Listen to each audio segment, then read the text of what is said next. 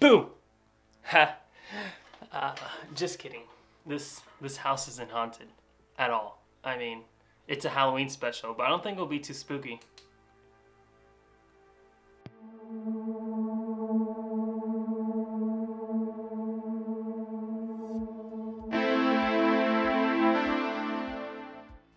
Alright, now that all the ghosts are gone, yeah, let's get into how we found these amazing props like these hands back here. They're pretty much life size. So what we did was we went through Thingiverse, separated everything by the tag of Halloween.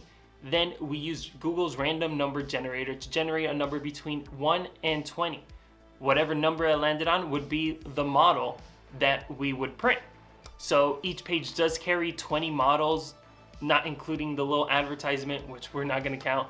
So that made it easy for us to pick one out from each of the first 5 pages of Halloween and print it out, see how it came out. I'll let you know ahead of time, all the models look amazing. They're all great for just having around the house, and let's get right to it. So on to the models. The first thing we landed on page 1 was these reaching wall hands by 463. Now these are super cool and I would love to throw them all over the house. So what we're gonna do with this model is print out every single hand. It's gonna be a big print, but in the end I think it's gonna be worth it. These hands look creepy and they're just gonna be fun to place them around everywhere. On the second page, we got Little Ghost by Narna, and I've been seeing this on the front page of Thingiverse for quite a while now. I think even before October, and these little things are cute. On page 3, we found Sugar Cat by Magnet. Now, the Sugar Cat looks amazing, and I love what they did by painting the model.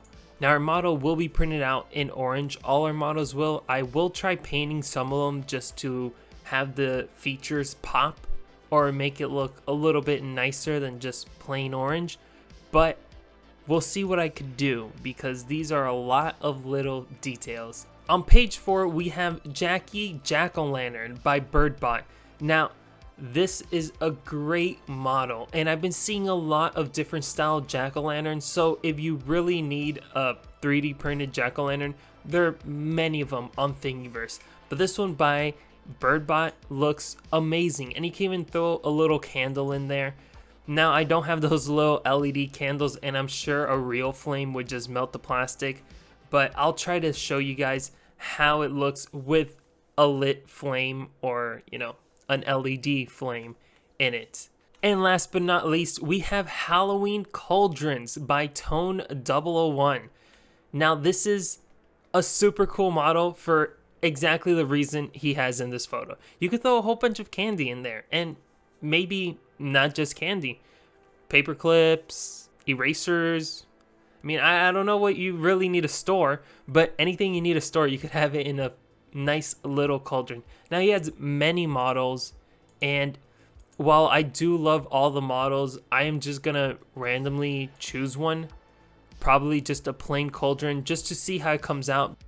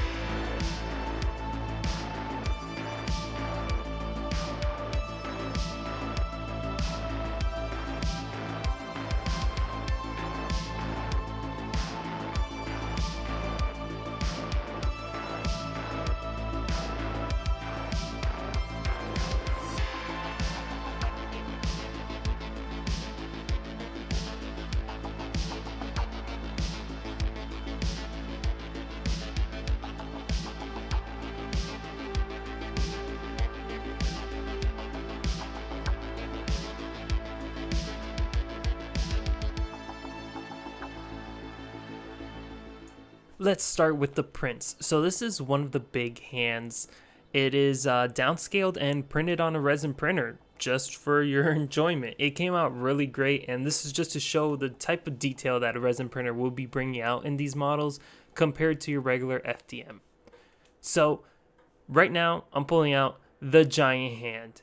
It is what you just saw in a giant scale, and as you could tell, you could still see most of definition in it just with a regular printer. These were all printed on an Ender 3, unless it was resin printed on the Igloo Mars 2. So the hand came out great. It is really sturdy. You can still see the veins, the tendons, I believe they're called. And the pinholes do work as long as you keep it to the scale that they're meant to be printed on. As you can see, I'll try it out with one of these little thumbtacks. You could just slip it on there and it will hold on really nicely and not fall off.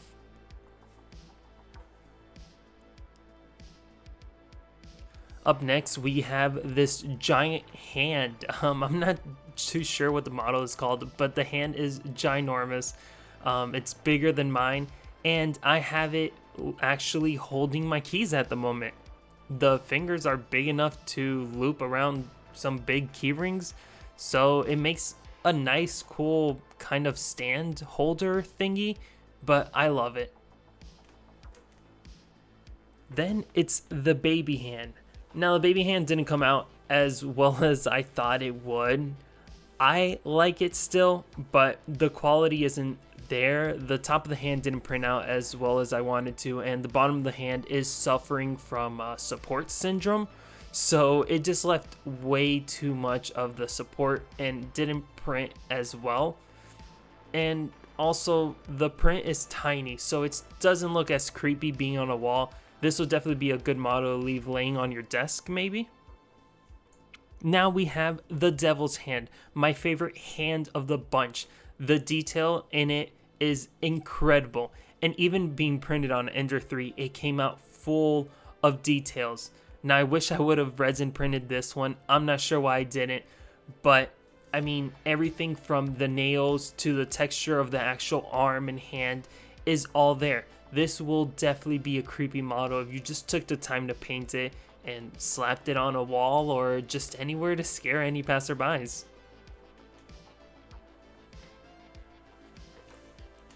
Now we have the little ghosts, and these things are as cute as they are scary, and I would say they're pretty scary. So I printed out a whole bunch of these, some in resin, some in FDM, but they came out with the best quality of them all. It's just the drapes of the ghost or the cloth or whatever this ghost is wearing just flows, and the 3D prints actually capture it, which is nice. It's not too blocky, it's not in a weird position, to put on. So they're really cool. You could just throw them on your desk or outside, kind of like I did. Here are a whole bunch of the mini ones. Now, you're seeing 4, but I printed around 12, and they are laying around my house, kind of like Easter eggs, ready for anyone to find them. Now we have the Sugar Cat. The one I downloaded was the one without all the details on the bones, just because I feel like details will not pop out unless you throw this on a resin printer. So for any regular 3D printer, like any regular FDM, I would suggest going with this model. It's gonna be easier to paint and to print, so it'll come out at a nicer quality, as you could tell. Then we have the Cauldron. So I decided to paint this gray, and it turned the bottom green, which I thought was a cool little touch because it seems like it's oxidizing or whatever, but the print itself came out really solid. The support structure in the middle was a bit excessive. If you have time to see if you could do it some other way, I would definitely suggest it, because you waste a lot of material just trying to get that support, but the quality in the Cauldron is great. Now, this would have to be runner-up or my favorite of the bunch. It's the Jackie Jack-o'-lantern. I mean, with a little bit of paint, this jack-o'-lantern just popped. The supports were a pain to get out from the inside, but again, as you could tell by my supporting method, it's just clicking support everywhere and letting it go. It's hollow, so you could throw whatever you want in there. Like I said earlier in the video, maybe one of those LED candles. But besides that, everything came out great. So I'm gonna go ahead and get a lighter and try to light it from the inside, so that way you guys could see what it would look illuminated by one of those LED candles on the inside. Again, I wouldn't suggest using an actual flame for a long period of time, as it will probably melt the plastic, but that will give it the creepy look that it needs. So yeah, I mean, it was a great print. It's simple, it printed out fast and clear.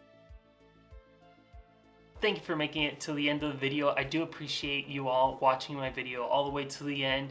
If you did like it, go ahead, drop a like. Please subscribe, it definitely helps out. And leave a comment for anything else you would like to see specifically 3D printed. Happy Halloween!